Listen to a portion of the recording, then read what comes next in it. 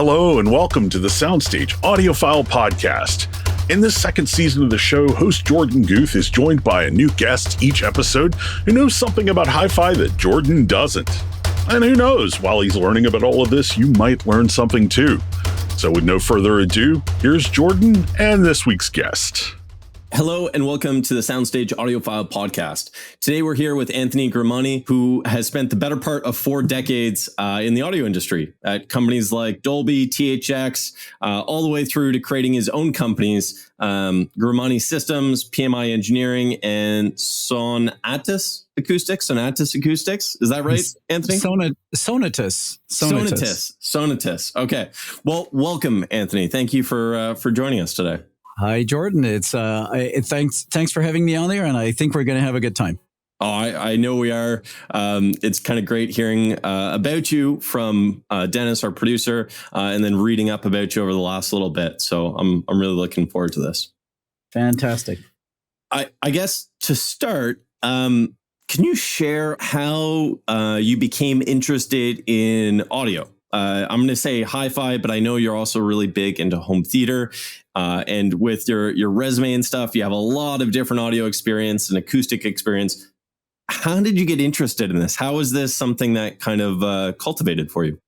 That's a good and long story. Let's just say it started with my parents. And here's how far back it goes. My mom was a trained opera singer. And in her profession, she also did other things. So after a while, she stopped being a professional opera singer. She's trained that way. She was always singing around the house. There was always the sound of screaming women and men on the radio and on the hi-fi at home.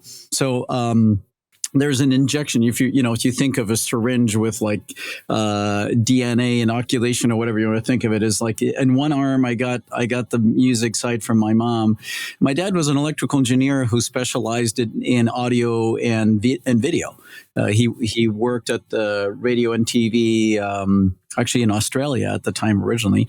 And so he always was messing around with stuff because he was one of those audiophiles of the 50s. He built all his own stuff. So he built his own amps and built his own speakers. And had some patents on an amp design. So it's an old family thing. Now, I never thought I was going to be working this professionally because I always thought, this is a hobby.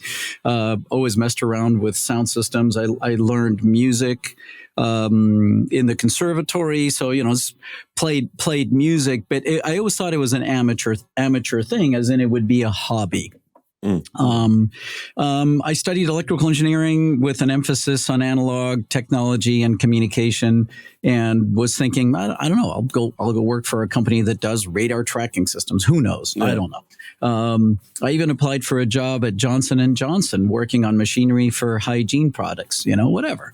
And I was playing music through college. I played in a few different bands, and I was looking through the ads of a newspaper for a new van for the band because we needed to get around, and I saw an ad for Dolby. Dolby was hiring. I just finished my degree. I was working at the local radio station as their chief engineer, so that was sort of the beginning of, I would say, my professional career. But I always thought, again, at this point, this is a hobby. This is just a thing I do for fun. And there was an ad for a position at Dolby in the engineering and licensing department, and I was like, I don't know, maybe I'll apply there. Maybe this will be more fun than working at Johnson & Johnson. I don't know. And I got the job. And so it was like, wow, here I am. And here I am, fresh out of college, working alongside what I want to acknowledge were some, if not most, of the top brains in the audio engineering side of the industry. I was with people who I think at the time I didn't even start to comprehend what knowledge base they had about everything on audio engineering, on audio electronics. It was just fantabulous. So that's how awesome. I got started. So it was a hobby that turned into a profession kind of by dumb luck. Oh, that's amazing. Now, and I've read up about you a little bit. You have some really incredible history. you moved over to THX after Dolby. You have some patents under your name, and you also did some work in some technology or you did some work that led to technology that kind of premiered or started with The Phantom Menace. I'm a huge Star Wars nerd as well. So tell me a little bit about that. Like what was that? What is that? How does that all come together?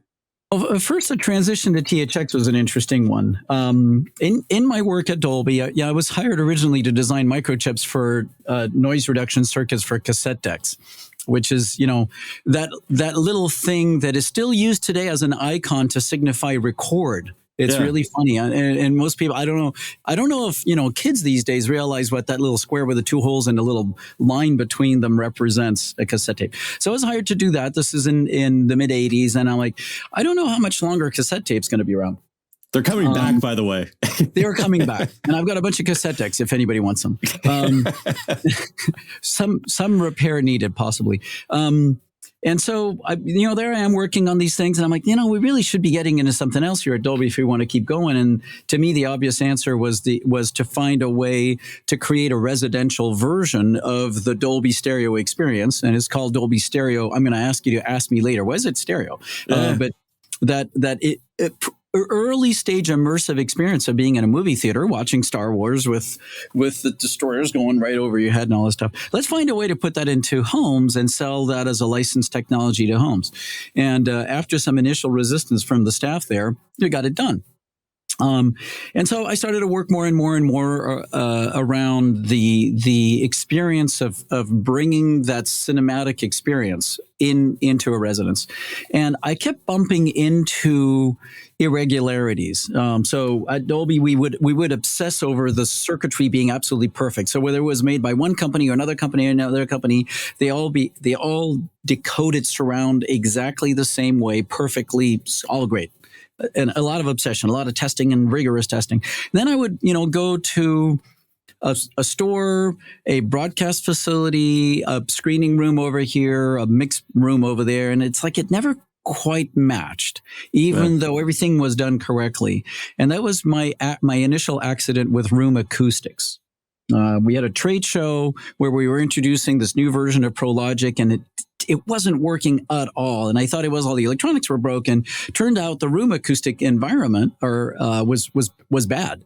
And I, along with the people I worked with, knew nothing about it. And I kind of fixed it by deduction, but it was like, what is all this? And somebody mentioned, there's this guy called Tom Holman who's working a lot around acoustics. Tom Holman is the TH of THX. Interesting. The X is the Tom Holman crossover. So one of the things he did, he was hired by Lucasfilm to improve the state of affairs in movie theater sound. Like, movie theaters don't sound good. Let's fix it. Let's hire the specialist. And he went and did this deep dive into figuring out how to make movie theater sound good. So I call him and I look, hi, you don't know me. I work at Dolby.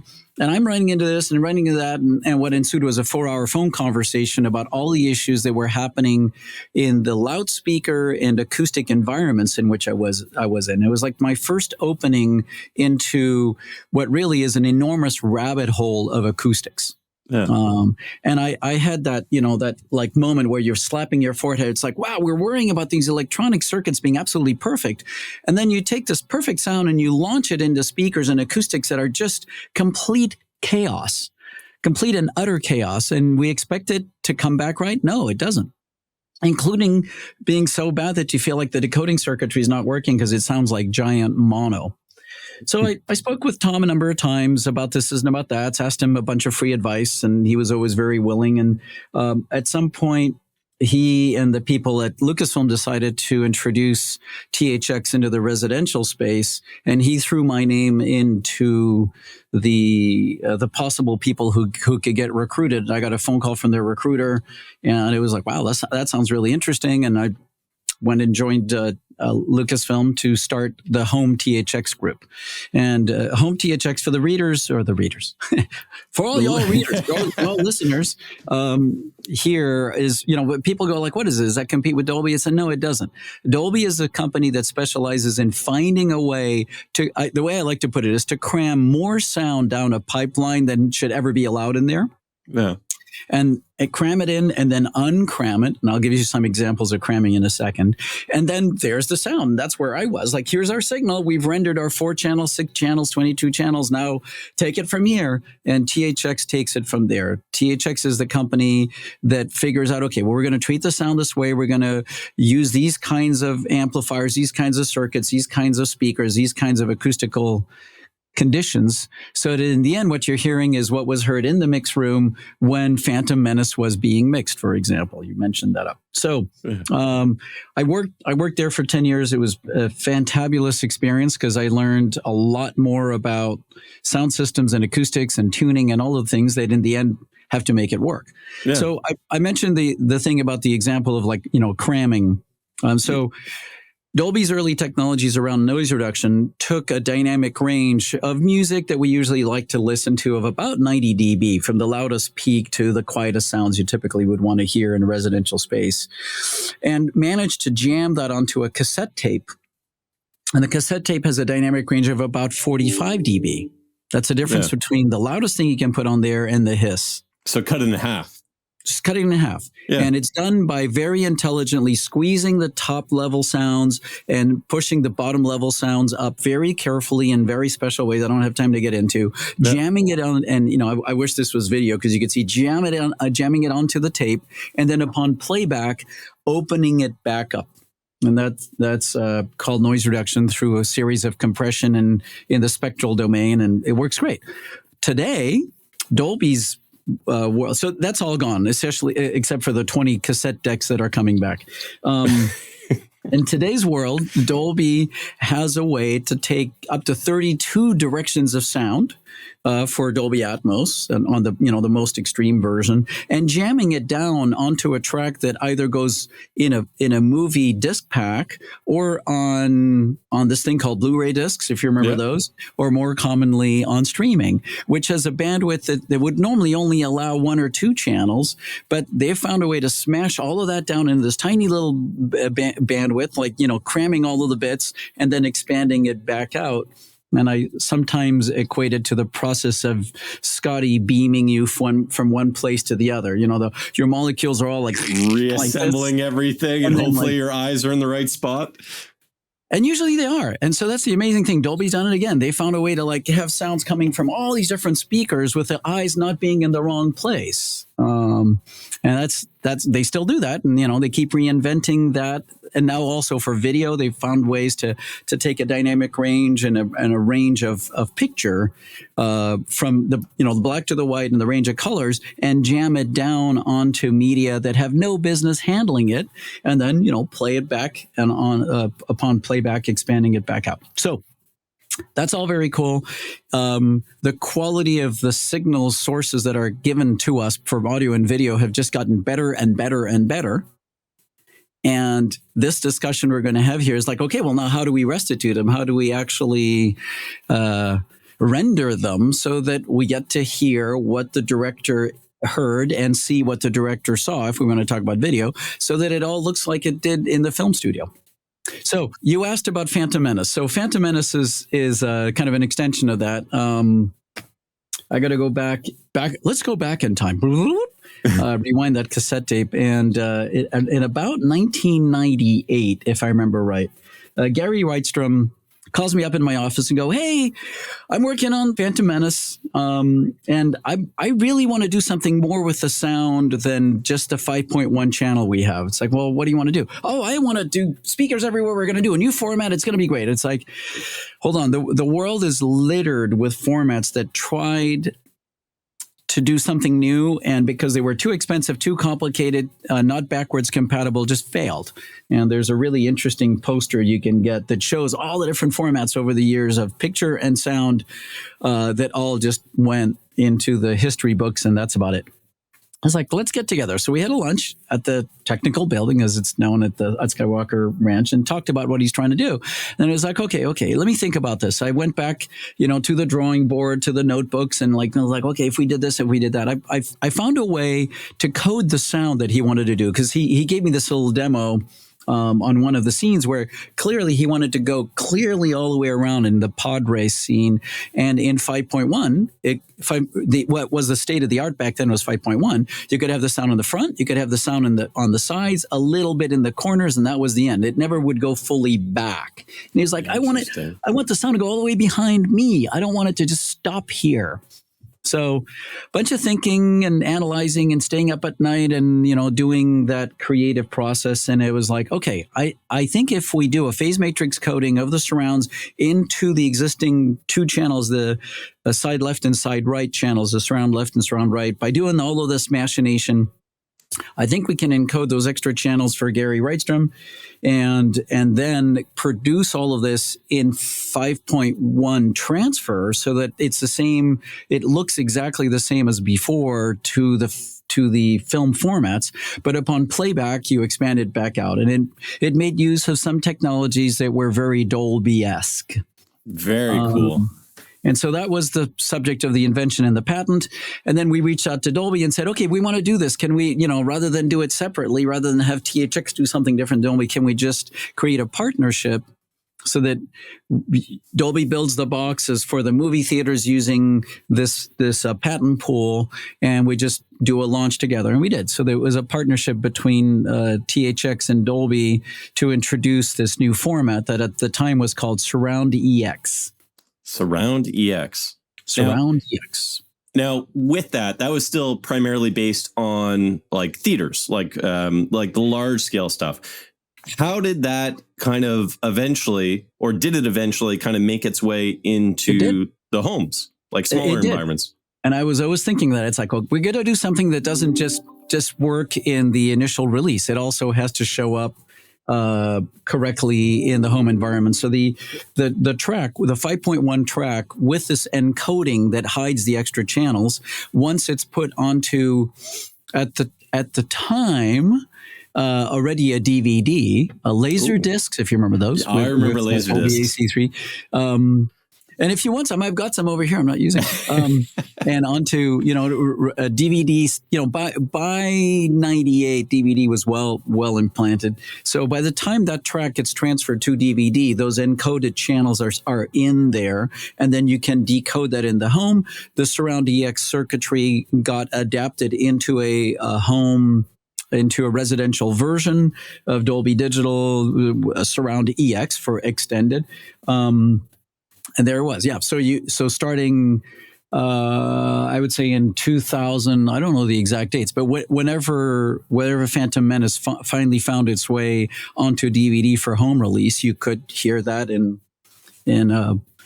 6.1 channel. So that was not 7.1. It was 6.1. It was one extra channel that broke the 5.1 original, where you originally had something on your side to the left, side to the right. There was extra back channel. Very cool. Now, and I'm guessing that work kind of led you, in what you were saying about thinking about bringing that to the home environment, led you to then leaving THX and kind of creating your own companies. And what was the impetus behind that? What was what were you looking to do? What were you looking to kind of achieve in doing that? So for the record, it's not that kind of work that made me leave THX. Okay, sorry. It was it was a totally different project that made me leave THX. And now we're getting a bit personal. By the time it got to about 1999, my wife and I decided it was time to have a kid. And there's this thing that happens when you're on the road all the time that gets in the way of having a kid. Yeah, there's this like timing. You got to be in the same place at the same time. Yep. And there's also this other thing called working a lot and being stressed and running around like a maniac that also gets in the way. And so I announced that I was going to start a family and leave. And everybody's like, no, you're not leaving. It's like, yeah, I am leaving. I got to do this. It's like, well, can you retain you as a consultant? Okay. So I stayed on for quite a while as a consultant, less hours, more relaxed time, more being around the home. And now I have a beautiful 23-year-old daughter, Sophia, who's, gorgeous. And as a result of that. Amazing. Congratulations. Thank you. And so then and then likewise start a separate company. So I do have to credit a guy, either credit or blame. I'm not really sure. There's a local AV integrator who really encouraged me to do this other thing that was interesting. So Russ Hershelman is his name. He's known in the kind of the older circles of the CEDIA integration guys. Russ was like, so I build theaters all the time, but I need design services around acoustics. I need documentation that I can hand to the builder. I need to understand what this is, and I know that THX does that for movie theaters. When you're working on a movie theater, you work with the architect and the interior designers and stuff and help them figure it out. I need that for home theater. It's like, well, okay. And he's like, you should start a company that does that. And it's like, well, I'm not. He's like, no. He really encouraged me, pushed me to start a company that offers design services for what I like to call home cinema today.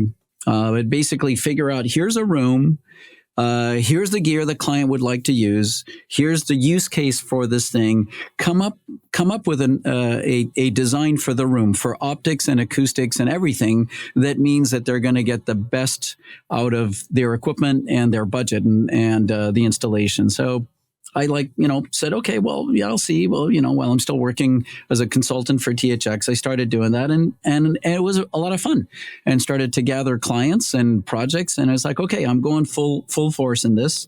So we're going back to the year 2000 now. Remember that year where the clocks were all supposed to break and all the computers were supposed to blow up? Y2K. Didn't happen. And now, 23 years later, we've done 1,000 different designs. So, no way. Yeah, it's kind of interesting. We do between 30 and 40 a year, all over the world. I like to say, from Mongolia to South Africa, all over. No way. And we've been as far as those places. Now, it sounds like you come into play as the rooms are getting built primarily. Do you also kind of come in and people are essentially looking to squeeze the last bit out of their existing setups, and you come in and say, like, this is what you do? Yeah. So ideally for the project to be most successful, it should be considered at architectural level, just before anything is built, that you look at the plans and you go, yeah, you don't want to put the door in the middle of where the screen's supposed to be. That's just going to get in the way. Naturally. And you don't want to put the door to the side of the screen, because then every time you're walking in and out, you're interrupting all of the people that are sitting there watching the movie. You want to put it, at the back. That's a basic architectural thing.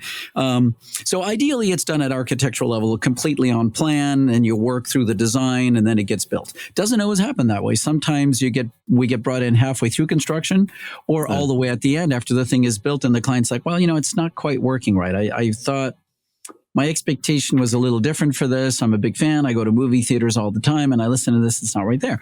So then we try to fix it. And the fix is sometimes acoustical issues. Sometimes the acoustics are done sort of okay, but the position of speakers isn't right. Sometimes the tuning is very far off. Sometimes things are connected all wrong. Sometimes it's all of the above, and we do whatever we can to make the best of the situation. Interesting. And I guess kind of a follow-up question to that is, we're talking a lot about home theater. Is there a major difference in how you would design a room and set up a room for home theater, which is, I think of like 7.1 channel surround sound or 7.2, whatever multitude of speakers, versus like a typical or a more traditional hi-fi setup, which would be like a 2-channel system or a stereo system or something like that? Is there a lot of difference between the two in the room design? There shouldn't be. And I know that surprises people when I say that. In the end, the radiation pattern of a speaker system and its interaction with the room acoustics is an ensemble that's about the same, whether it's just left and right speakers or an array of 7 or 11 speakers around you at horizontal level, and another 6 speakers above you if you're doing a big Atmos room. It should be the same, and I found it to be the same.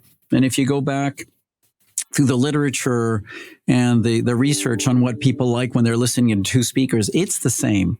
There's one core difference that is going to surprise your listeners.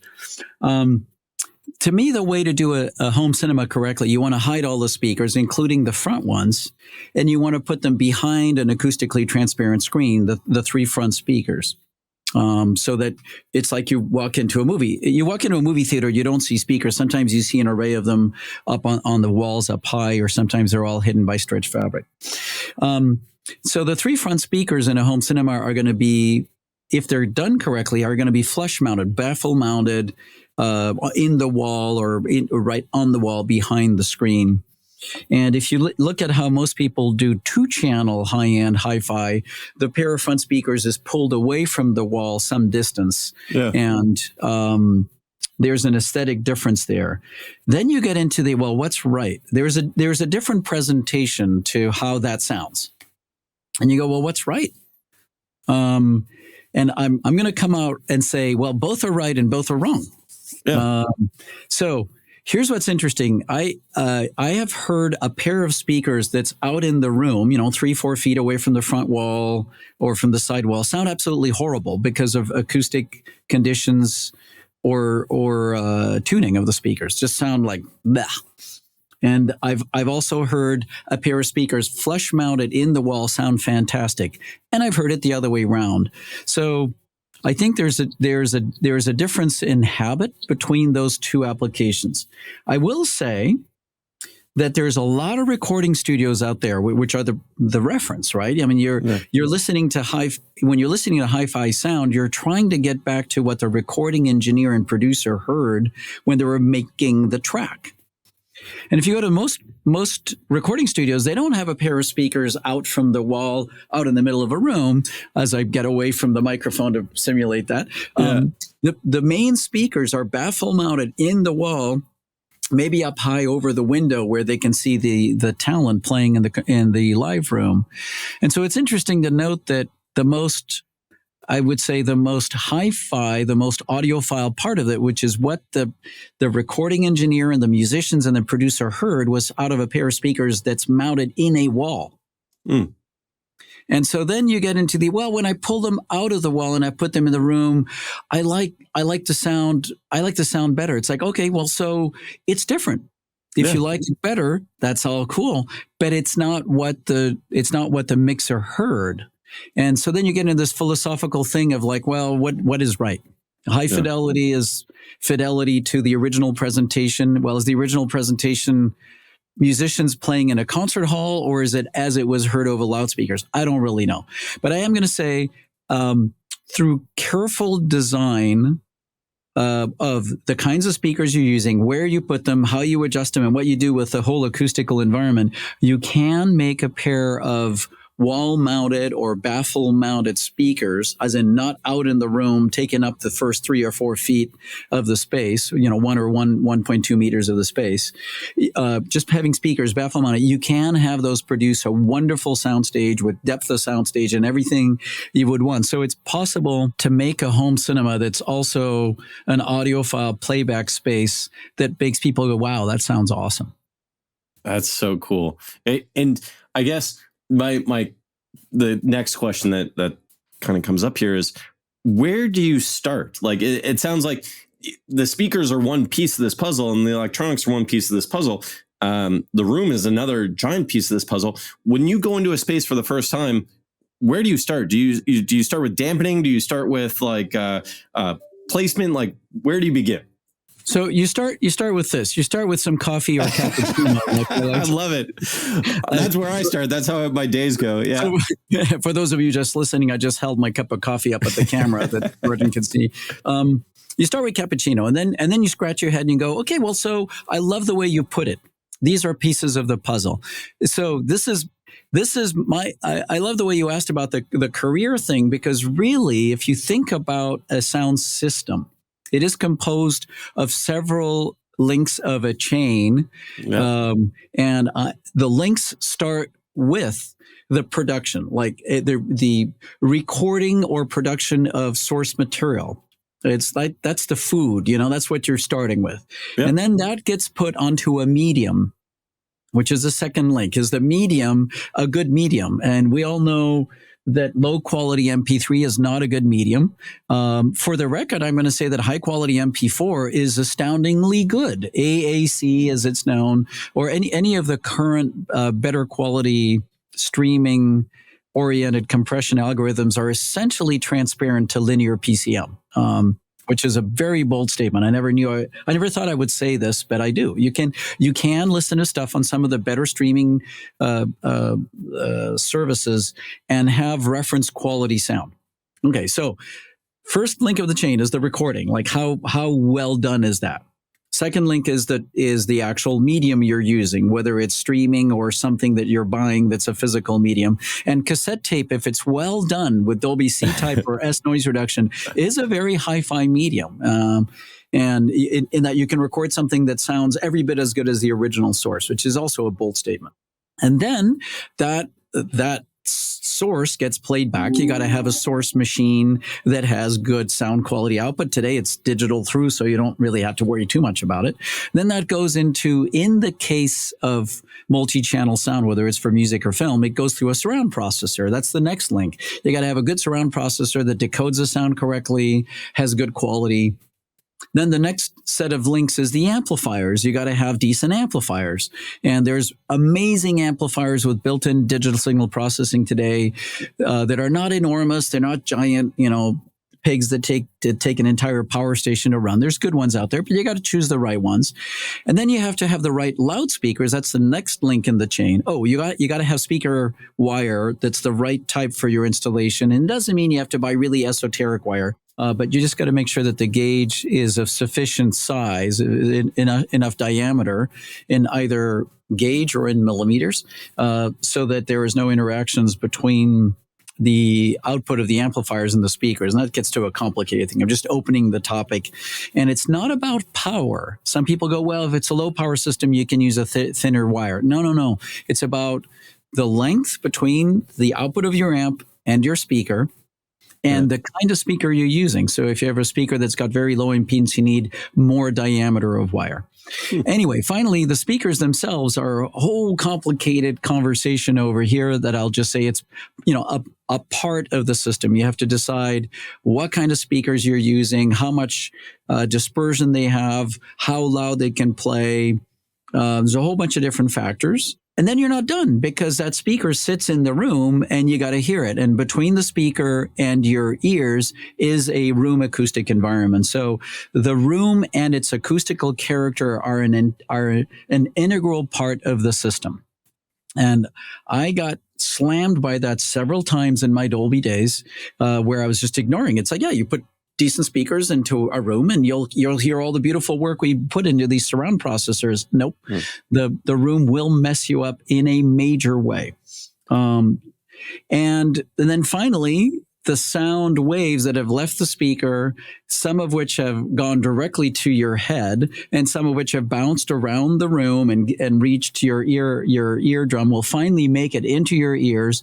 And then the final part of the system, and I know this is kind of weird, are your ear canal, your eardrum, and your brain. And those all have to be tuned.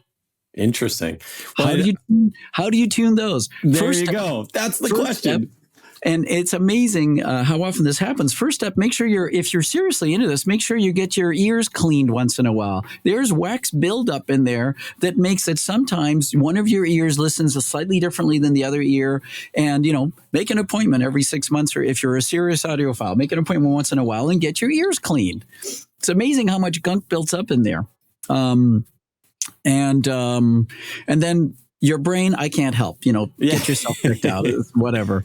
I do have to say that it is known that our auditory system degrades over time. Yeah. It's just like all the other muscles and joints in a human body, they do get stiff and they change. And you may find, listeners here may find that over time, their listening acuity has gone down.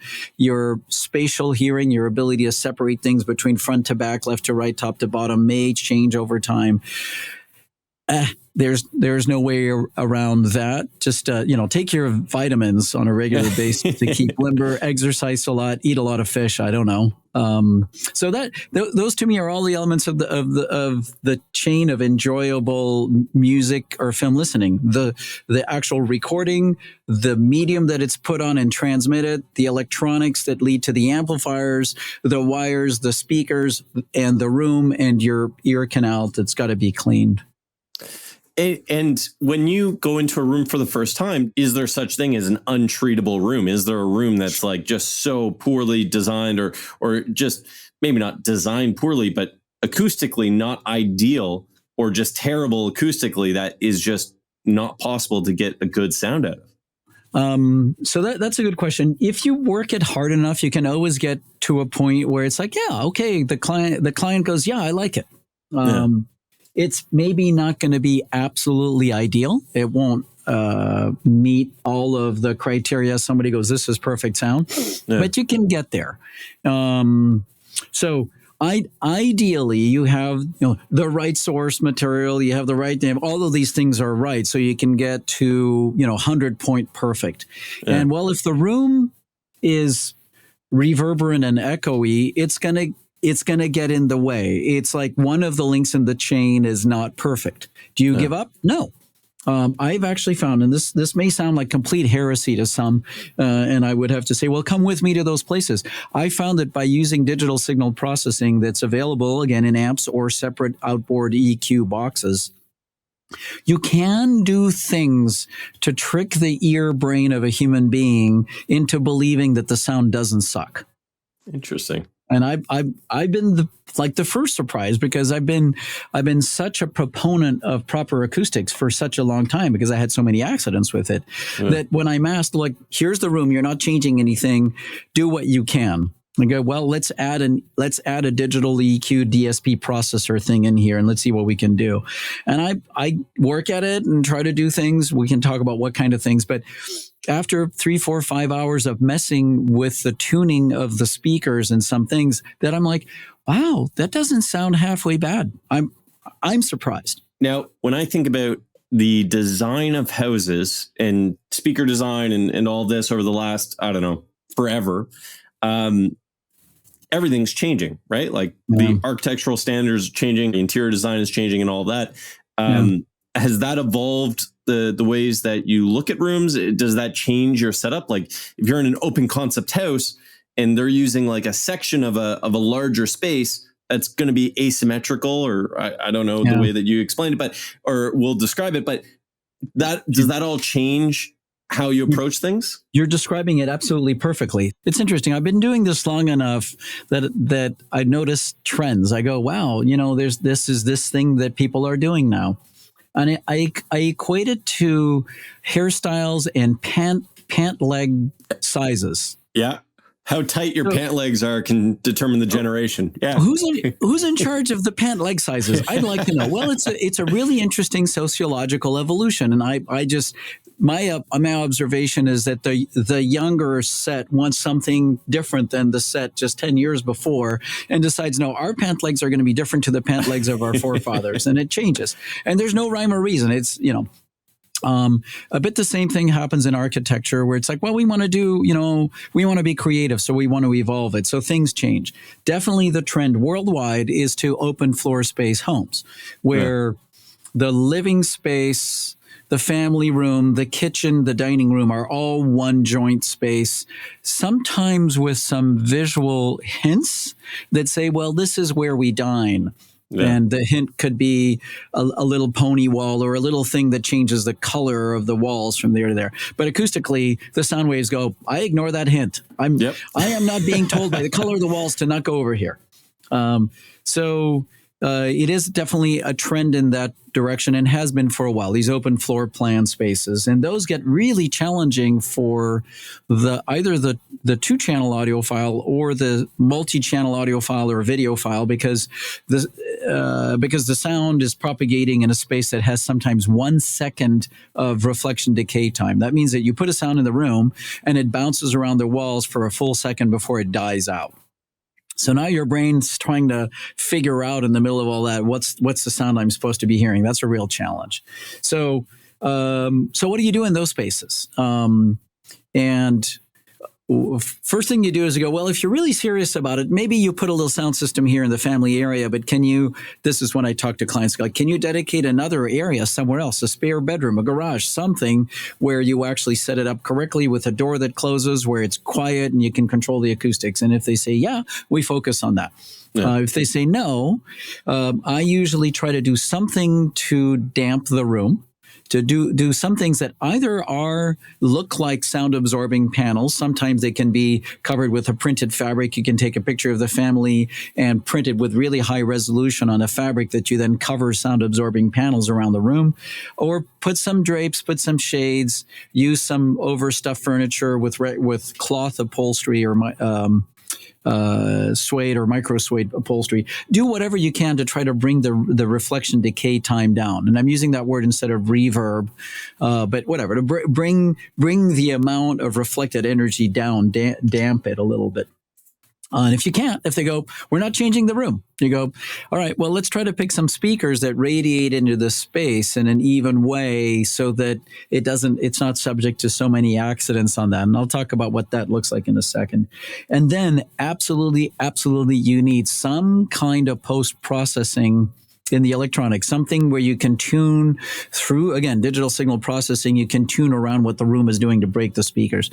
So generally, in those big open spaces, if you measure the reverb time or the reflection decay time, what you'll find is a really interesting syndrome is it's long, but it's really only long in the mid-range. So between maybe 500 hertz and 3 or 4 kilohertz, you may have 0.8 seconds or 1 second of time in which the sound's just rolling around the room.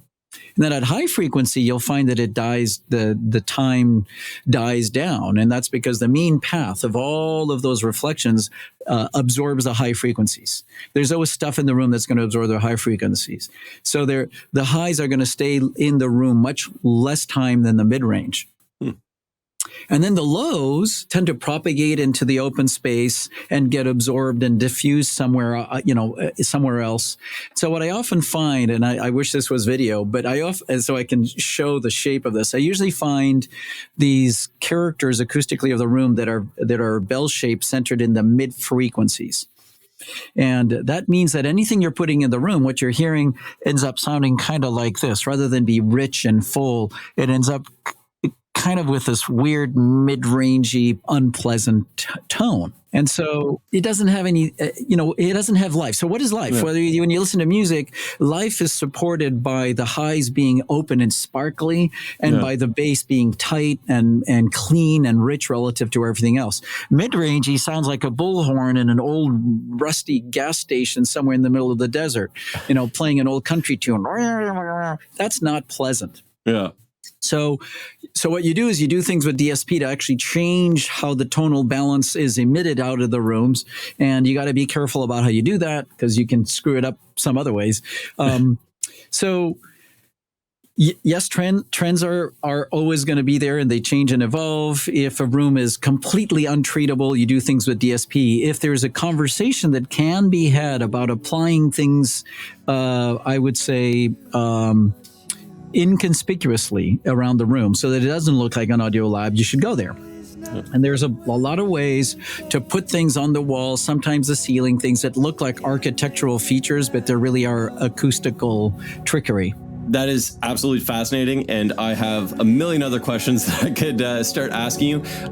Just for a moment, we're going to take a quick little break, and we'll jump back into the conversation after a little bit of music.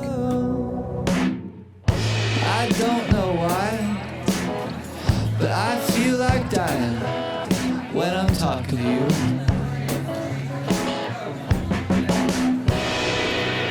My head it spins, and I just can't begin.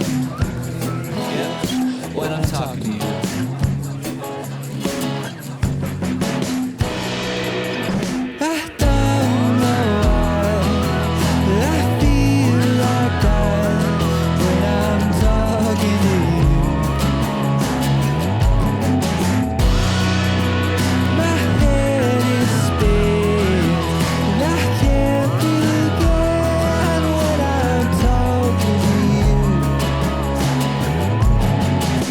welcome back from the break. I guess my next line of questioning is, you have your own audio company, or you have your own speaker company, I should say. And is this a result of the speakers that are out there by others not giving you exactly what you needed, or you wanted to do stuff a little bit differently? Or can you tell me a little bit about why create your own speaker company? What were you looking to solve? That's a good question. The world needs another speaker company like it needs a hole in the head. There's hundreds. And so like what gives? Well, there's a little thing I said actually before about how to produce sound in a room and interact with the room in an acoustical way that's going to kind of guarantee better sound. That was one of the driving forces. So what we found is interesting. If whether you're in an echoey space, one that's untreated or one that's reasonably treated, knowing that reasonably treated, we didn't get to that topic yet. Actually, let's go back 1 second. You asked about what do you do in a big room without treatment? Well, we try to make it work. And then what do you do in a room that you are going to treat? Well, an interesting little tidbit is that you never apply more absorption, material that damps the sound out, that gets rid of the sound of the room by sucking it up through fibrous resistance.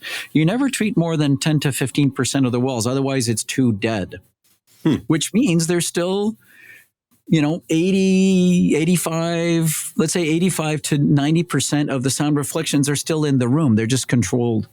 So that's an interesting tidbit for your listeners, is acoustical treatment of a dedicated listening room or theater means typically no more than 15% of the walls and ceiling are covered with material that's going to kill the reflections. Any more than that, and everything starts to fall into analytical sound that's not pleasant. So not all reflections are bad. Not all reflections are bad. You need some amount of them, right? And there was a really fascinating body of work done on this about 35 years ago that really went into a deep dive of this and found that, rooms need some reflection and has a target reflection decay time for every room volume out there. And it shows that, you don't want to cover, by the time you get to 20% of the wall surfaces, you're too dead. So, whether it's a room that's untreated or a room that's treated, the speaker's radiation in the room, the bubble of sound it puts out, is going to bounce off the walls. A little bit less if it's treated, but it's still going to bounce off the walls. And so now what? What we found, we being my chief engineer, Manny Lacaruba, I'm actually pointing at where his office is if anybody could see where it was. And I found that, hey, when we're doing these rooms, the rooms that end up sounding better, the ones that work more functionally, are the ones in which the speakers have a more even coverage, where their dispersion, the bubble of sound they put out across frequencies, is more constant and wider, which is kind of like counterintuitive. Why is that? So went into deep research on that, and we found, really what you want in a speaker is one that radiates in the mid-range and the upper mid-range and in the high frequencies, pretty constant and pretty wide, so that the sound that's bouncing around from the walls comes back to your ear and sounds more like the direct sound as opposed to something different that confuses you. And so we started to look for speakers that did that, and started to talk to manufacturers and said, well, would you make speakers that, get a little bit different this way? They maybe use this trickery to make it do this and that. And they were like, no, we're not interested. Nobody's asking. We don't know what you're talking about. And, there's only so many times you hit rejection until you go, that's it, I'm going to do it myself. And that's what we did. After asking and asking and asking, we just said, let's just put some time, energy, and some money aside, and let's go ahead and experiment with this. So we actually found a client who we had just finished a room for, who was excited enough about what we were talking about to fund do the seed funding of this. We designed some, it was a really cool story. Hats off to David Steele if he's listening, and design some prototype speakers and put them up against the industry references. So there's, at the time, this is going back 7 years ago, there were some speakers we would always use that, if you were a home cinema designer or a home cinema integrator, you would always use those brands and those models. And we put them up against those in various different rooms, and our prototypes always sounded better, cleaner, tuned easier. And so we decided, what the hell? Let's just start a speaker company that uses some new thinking that I like to call it, speakers for the 21st century, because it kind of breaks some of the conservative thinking about speaker designs and says, let's do something different. So the speakers we make all have a really even dispersion and very wide horizontally, focused a bit vertically, but very wide horizontally, and actually follow the precepts and the work done by Dr. Floyd Toole at the National Research Council in Canada originally. Down the street from my hometown. There you go. Where I live, in Ottawa. Okay, cool. So spent a lot of time in Ottawa in the early days of THX researching all this, and actually follows the precepts that a lot of the Canadian speaker companies do anyway, based on the work of the National Research Council in Ottawa. But take it a step further. And we found that, the way to make it work is to load the tweeter into a waveguide. Just radiating the tweeter out into the room was not consistent enough in how it lights up the room. We decided to design a waveguide, got a patent on that, and the tweeter is actually pointed vertically down into the waveguide, and the sound is forced out of the waveguide, and this really forced is maybe not the right word. It's directed out of the waveguide in a very even dispersion, and what happens from that is the SoundStage seems much more natural. And the room-to-room consistency, even in very reverberant rooms, the ones you asked about, is better. And we did a bunch of early installations in rooms that were all hard surfaces everywhere, a marble, wood, hard. And where you go, there's no way you're going to get good sound out of this. And you're like, wow, that sounds good. Always using some signal processing to tune around the room reverb, but it just works better. And Floyd Toole had predicted that. He had said in his various papers and writings that is the right way to design a speaker so that it worked better in most rooms. He was right. We just found a way to do it in our own recipe to push that to really very wide and constant dispersion. Now, we coupled that together with the idea of making active speakers. So rather than have the traditional method that started, 70, 80 years ago, of having the amplifier drive the speaker with one signal and then filter out the signals inside the speaker into either a tweeter and woofer signal or a tweeter mid-range woofer, and basically filter it at the power level, where you're dissipating power and therefore losing a fair amount of energy in the crossover filter board. We decided we're going to do that all upstream in the active domain and in the digital signal. So signal comes from your surround today.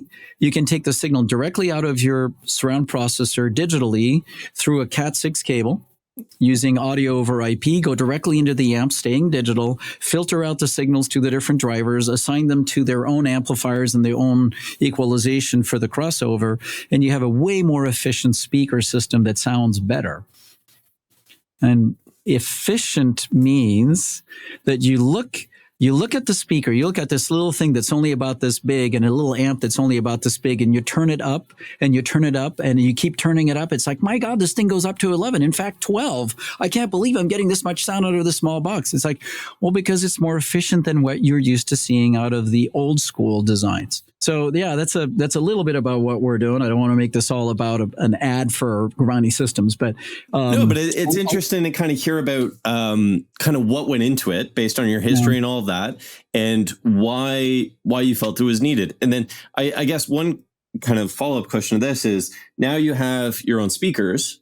That's part of, I'm going to call it your secret sauce to get the best acoustics, and you have your kind of your in-person evaluation of the space and kind of doing all that.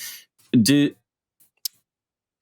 other people buy your speakers and get like the same results, or is it a combination of those set of speakers with the other stuff that you do? Yeah, ultimately, again, because it's a chain, you want all of the links to work well. Yeah. I'd like to say that you got to use our speakers or else everything's going to be broken, and that would be a complete lie. We have politicians to say those kinds of things. I'm not going to say that. There are some very good speakers designed by other companies that a lot of which are Canadian, that I have a lot of respect for, and some non-Canadian companies too. There's a few people who know how to do those. steps. But ultimately, you do want to make sure all of those steps are cared for. What I do find in general in our industry is acoustics is usually done as an afterthought. After you've put all the stuff in the room and you go, dude, I can't understand the dialogue. I don't hear a difference between left and right, from front to back. It just all sounds like a giant mush. Then you try to fix it. And by trying to fix it, it looks like Band-Aids. What you end up putting all over the walls is these panels that don't have a visual character to them that's attractive. Yeah. And an interior designer's worst nightmare. It is a nightmare.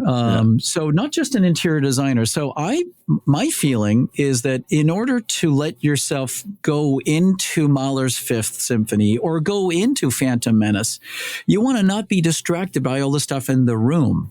And if you're sitting there and you're looking at speakers and you're looking at all the stuff on the wall, you're constantly reminded that you're not in the concert hall, but instead you're in this room with all the stuff on the wall. So I like to design rooms in which the room's visual character is neutral. Everything is hidden, because then you're just left with the music. And in the middle of the music, you don't find your eyes looking at the tweeter over there or looking at the amplifiers flashing lights down here. You're just listening to the music. So I love to work with interior designers to hide all of this stuff, but hide it well. Yeah. So really, ideally, if the acoustics are thought of in the original concept and they're tuned to the size of the room and they're tuned to the kind of speakers that you're going to use and the speakers are appropriate for the room, then everything works. And what does a speaker appropriate for the room mean? Well, number one, it needs to be powerful enough. It needs to be able to put out enough energy into the room to not run out of steam. If you put speakers that are too small or too inefficient on the loudest scenes of a movie or a concert, whether it's classical or rock, they're going to overload and they're going to sound bad. Yeah. So you need to have enough headroom. They also need to have the right frequency response and off-axis response. There's a bunch of different things that mean that it's going to sound good. But you have to consider all of those links in the chain. So that's my long answer to say, ideally, if you want Nirvana in your sound, where it's like, man, I am there at Symphony Hall, or I am there at the Concertgebouw in Holland, in Amsterdam, amazing space, or at the Vienna Philharmonic. I am there with these musicians. If you want that, you really need to worry about all those links in the chain. If you're just happy to have Coldplay playing in the background and loud, maybe you don't need to worry so much. I love Coldplay. By the way, the best sounding concert I've ever been to was a Coldplay concert in Buenos Aires, Argentina, a few months ago. I happened to be down there for some business, and it was insanely good. The sound system, it was amazing. It was hi-fi. Which is an anathema. It's like, what? The sound system is reproducing what I'm hearing out of the recording, but it's like, where does it start and stop in that giant circle? It was amazing. Was it interior or exterior? Exterior. In the biggest football stadium, the game you play with your foot that we here in this country want to call soccer. It's football, sorry. It should be called that. And it's a big oval bowl that should be reverberant and all ugly. They made it work, something incredible. Now, back to our program. You want all of those links, all of those little links to all come together, including a study of the acoustics and what you're putting on the wall and on the ceiling.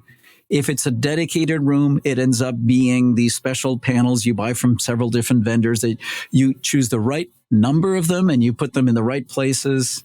If it's a non-dedicated room, then you got to play with surfaces, drapes, like I said, drapes, shades. There's some drop down shades from Hunter Douglas, if I can mention them, that are these honeycomb things, some of which have pretty good damping character, good absorption character. It's a bunch of different tricks you can do to make it work. And for the, I'm going to say like the hi-fi listener or the home theater enthusiast that is on the maybe lower end of the accessible, being able to just kind of throw money at a problem and get it completely solved. Where would they start? Like, is there what about this automated room correction stuff, for instance, or what technologies, where would they begin to say, I know I need room acoustics as part of this chain. Where do I begin? Yeah, that's good. So About auto room EQ, I could get shot for saying this. I have yet to meet one that I really love. Okay. Where you push the button and you go through all the manipulations and you move the microphone and it goes, blah, blah, blah, blah, and in the end you go, wow, oh my God, I've yet to meet one. And I have a bunch of theories around why. We could do a 3-hour podcast about that. So that's my way to go. I do not think that I've not yet found an auto room EQ thing that's going to fix a bad acoustical character. There's a new set of programs from 2 different vendors that aim to do that. The jury's still out. I haven't played with them a lot to be able to go, yeah, that works or that doesn't. So put that aside. Next thing is you crack your knuckles like this and you go to the interwebs and you go, look, there's a bunch of people out there that have done videos about room acoustics, most of which are relatively correct. I sometimes monitor that, and like I'll sit around for 2 or 3 hours looking at what people say, and most of them say the right thing. And some of them have good case studies that tell you, here's good things you can try to do. So get a bit educated from that or from books. There's a bunch of great books written. I would definitely recommend, if you're really into it, the book by Dr. Floyd Toole called Sound Reproduction goes into lots and lots of detail about what's a good speaker, what's a good room, what's a good acoustical character. Doesn't tell you what to do in your living room to make it work, but yeah. It's more info. There's consultants out there. My firm does consulting. There's 3 or 4 other good firms that consult with that to help you figure out how to deal with either your dedicated room or your multi-use space. And then I would say in all of that, especially in the mixed-use space, be careful of what I call sometimes design myopia. The hell is that? Yeah. So when you're looking at it with an interior designer, when you look at it on plan, when you're thinking about it and you go, oh, I don't know if I can put that thing there, it's going to look ugly. And then you put it up there and then you give yourself a few weeks, you stop even noticing that what's called acoustic cloud you put up there. Yep. Your friends come over and sit down over coffee, wine, whiskey, whatever you like to do. Whatever you want. Cognac, whatever you like to do. Maybe, I don't know, whatever. And you listen to some music and you ask them, do you notice our acoustic cloud? They look up and it's like, no, I didn't even notice it. Like, there's a point at which you can do these things that you get this anxiety of it looking ugly. But in fact, if you do it correctly, nobody ever notices. So I'll give you the example of the acoustic cloud. And actually, I talked about Coldplay in Argentina. Yeah. Let's expand on that. That's a case study. So successful architect buys a set of extremely expensive speakers from, can I mention brand? Of course. Yeah. Yeah. Okay. So Magico is a company not far from us that makes beautiful speakers, hi-fi speakers. They're great. Yeah. They're fantastic. Their top of the line is crazy expensive, and it's twice as expensive by the time you get to Argentina. Buys a pair of those and puts them. I can't believe, Jorden, that you asked about this. He puts them at the end of an open space, big home space with tall ceiling, all the way at one end, close to the window, asymmetrically. It's like you described exactly that client. Right. So imagine like a big space over here. I'm drawing this in video, but imagine on one end is where he and family sit and they listen to their pair of speakers, and like going in the other one direction is windows onto a patio that leads to a nice yard. The other direction, it's dining room, living room, kitchen, and on and on and on and on. Yeah. And he's like, man, this gear is all perfect. How come it sounds bad? So the electronics were MSB, very high end, fantastic, beautifully designed electronics. It should sound. It should sound like you're in heaven, right? If you like music, and it sounds like this. This is not the sound of heaven. Sorry.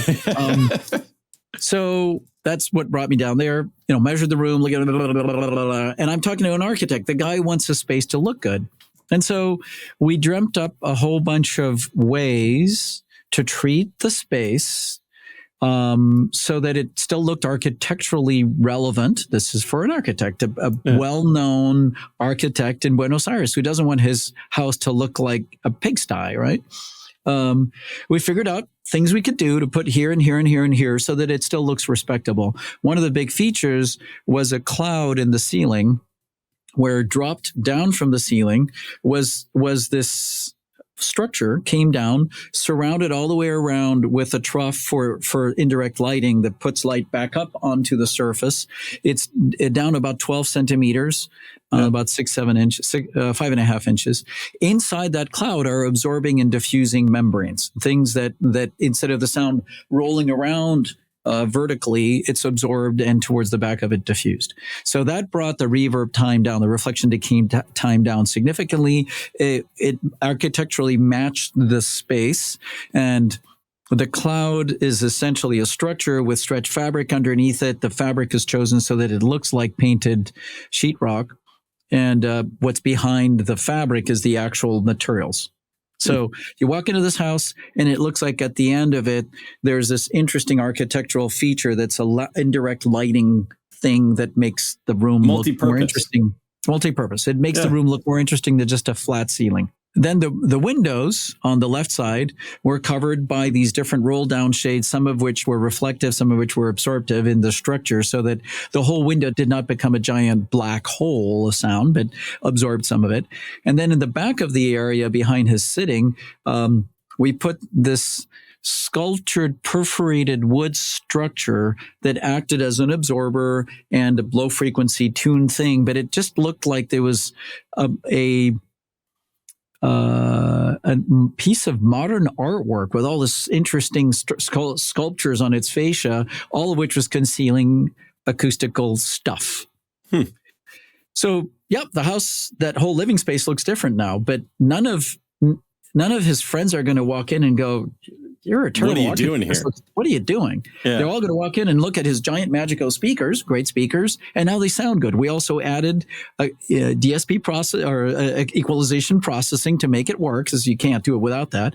And now he's got something that sounds good, but does not look like an audio lab. You can get there.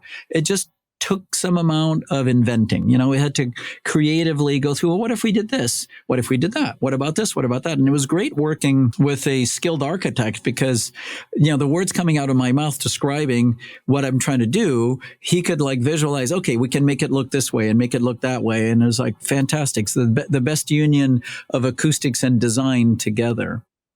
Oh, I love it. Now, I know we're running out of time.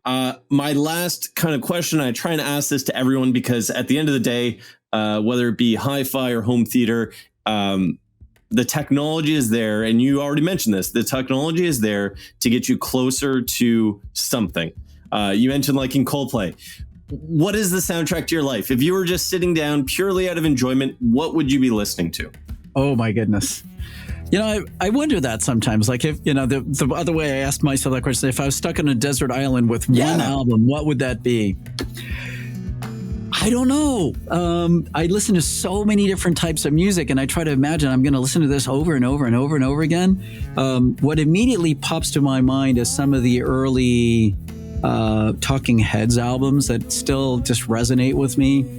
Some of the stuff that was between pop and African, Zimbra, I just love to this day.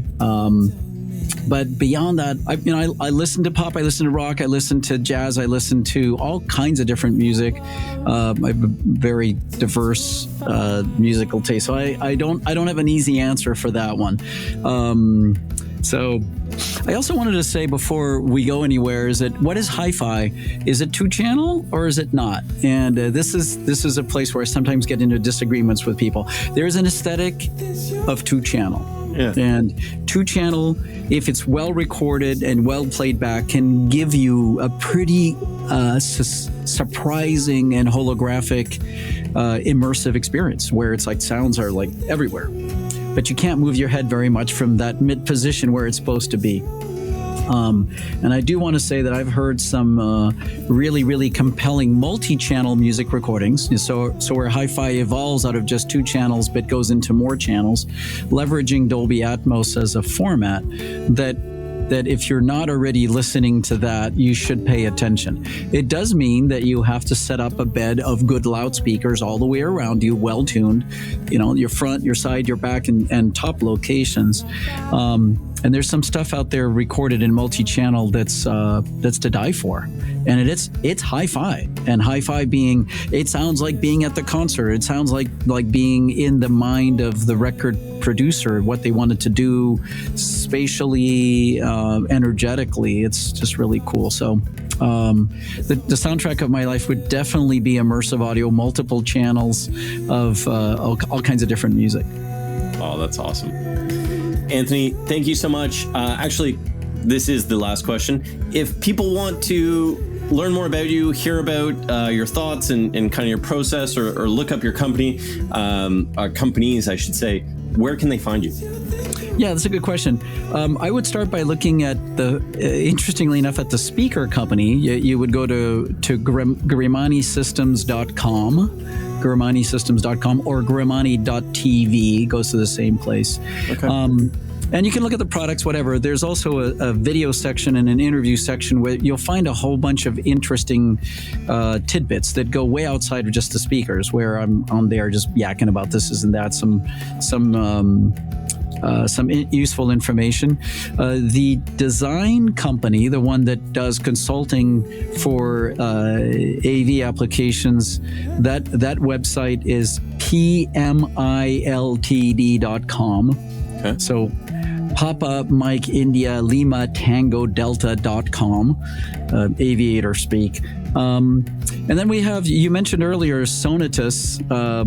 We do have a line of acoustical treatments we've packaged in a kind of an easy to digest way that you would go to sonitususa.com. sonitususa.com, and you can look at things we've done there. The idea there is we've created these packages. Hey, if your room is 20 square meters, that's 200 square feet. Here's two or three versions of packages you can pick. They would have enough absorption, diffusion, and bass trapping to make it work. If your room is 400 square feet, 40 square meters, here's another package available at different levels and different colors. So you can look there. There's also informational stuff there. Very cool. Thank you so much. I appreciate the time, and hopefully in the future we can have you back and dive into more, because I feel like I'm just scratching the surface on some of the stuff that you have to offer. Sounds great, Jorden. These were great questions. I'd love to stay and keep doing this, but believe it or not, I actually have to get a gig. My guitar's ready to go. There's an audience that's going to be waiting for me if I don't show up. So I'm going to play my guitar, like they say around here, and hopefully we'll do another one of these. Sounds good. Have a great show. All the best. Take care. Bye-bye. Bye.